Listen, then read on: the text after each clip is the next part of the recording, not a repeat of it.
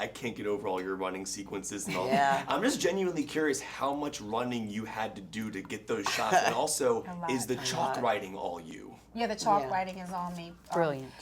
Thank you. Ted would not allow a hand double. double. I asked, actually, Jim Parsons was like, get her a hand double. What are you doing? Why are you learning this stuff? And I was like, Ted doesn't want to use a hand double. And I get it, the way he shot it. The ladder, there was no way to fake that. And so I had to buckle down and put my my hate for math. I don't hate it, but it's just, it wasn't very, math is not good. You don't know what you're writing though, do you? I would never. I do not. You know what I did? I had to memorize it. Wow. I had to memorize it, so I practiced at home. It was like choreography. I had to practice it at home. I had to practice being comfortable saying those words that I'm not used to saying. I'm not a mathematician. I'm not a scientist. But I'm an actress. I can make you believe that I know what I'm saying. But you know, I had to practice that. And the running, just like all day long, just running for takes. When you read it, it reads like one scene. And you were cold because you had to have warming tents. Rain, I had to run in the rain. That's crazy. One day I had to run and be wet all day.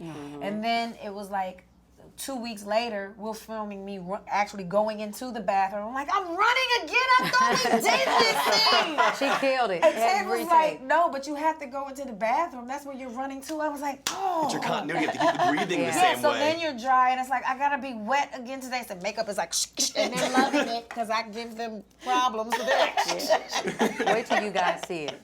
Just wait.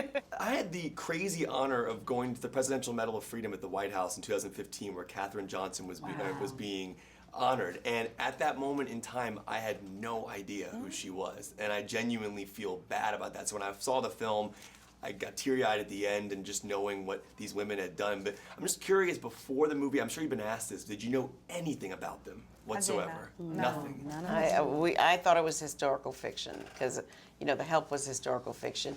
And since we had never heard these stories, it's not a part of any of our history and written history, I thought it was fiction. Well, by the time I got the script, Ted had already told me that, you know, this is a true story, and the first thing I wanted to know was, is Katherine still alive? And he was like, absolutely, she's very much alive. And once the ink dried on my contract, I had to go meet her. I had to go and meet her. I mean, you talk about 90-something. It's like, I have to meet her now. Yes. You know, and she's just amazing. Her humility. She never said I. She never said we. In fact, she's kind of looking like, what is all the fuss about? I was just doing my job. Yeah, I think that's just an example of how these women were. They had a broader worldview of things.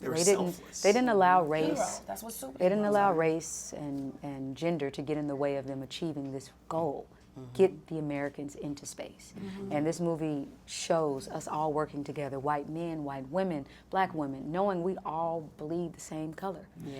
And when we're together, we achieve extraordinary things. So I hope this serves as a reminder that we did it then and we can do it now. Yeah, I agree. And you have a great line in the film where you talk about every time we have a chance to get ahead, they move the finish line. And I thought it was such a powerful thing to say. And I'm wondering, like, that line, for just in general, as actors and actresses in this business, how do you feel that line represents just in general, like as actors and being in this business? It can be frustrating. I'm on the music side of things as well as in the film world.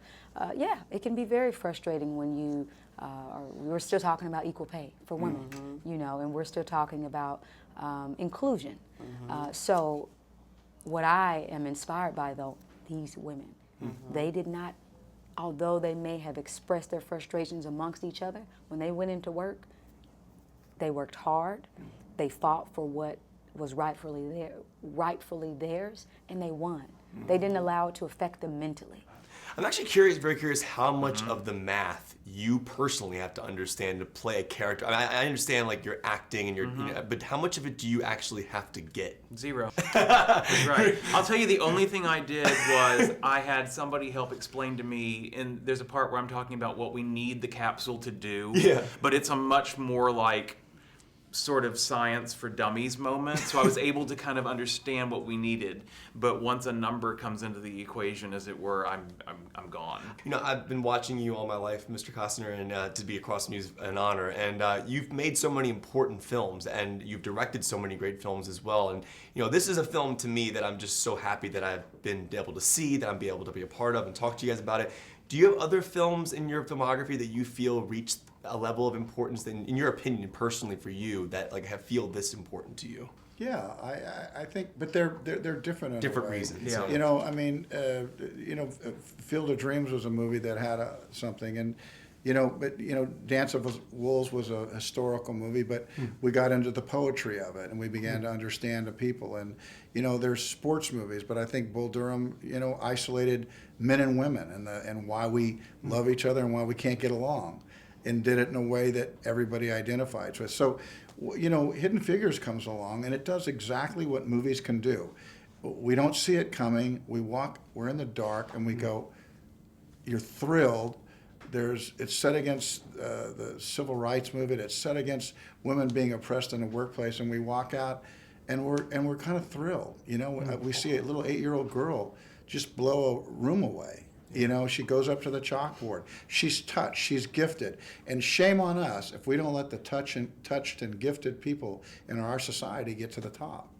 I cried like a little baby at the end for happy reasons. So. Yeah, me too. Yeah. How do you, when you create music, how do you know what instruments you're going to use? Do you know what the sound you want to find first, and then you find the instrument next, or how do you do that? Sometimes you're looking for something. Other times you're just open to what's coming in, and you kind of pick and choose between what's coming in etherically. Now, obviously, one of the greatest things about this movie is the importance of this story, and every single song, especially the run-in sequence, is amazing. And I'm wondering, when you write a sequence like that, do you see the scene first before you write that song, or do you look at the script and say she's running? Yeah, it was a script first in that particular case. In fact, Ted actually shot to that song.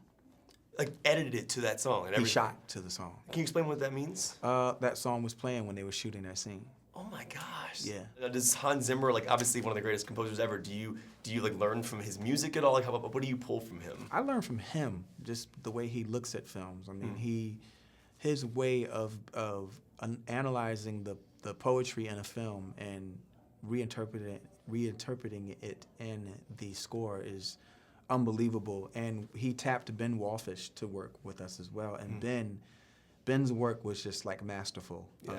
And so Hans wouldn't let me stay out of it. So we ended up being this amazing, what felt like trio for me. I mean, we bounced our ideas around the way that we did, and, Ben's structure and Hans' sprinkles and, my weirdo chord changes. It was just fun. I'm from 757. I'm from Newport News. Oh, wow. I'm wondering how... Home. Yeah, I love it. And I'm wondering, you've created so much music over the years. I'm wondering how 757, how you transferred that into a worldwide appeal. What sounds from the 757 do you think are still within your music that kind of are now worldwide? I don't know if we have sounds in the 757 as Yeah. much as we have spirit. We are from Virginia, so that's what's in us. Drum to Timbaland to Missy to Clips, Fam, D'Angelo, Chris Brown, Trey Songz. That's what's in us. It's Virginia. Cool. Well, Hell Hath No Fury is one of the greatest albums of all time. So. Whoa, thank you, bro. Dude, that album still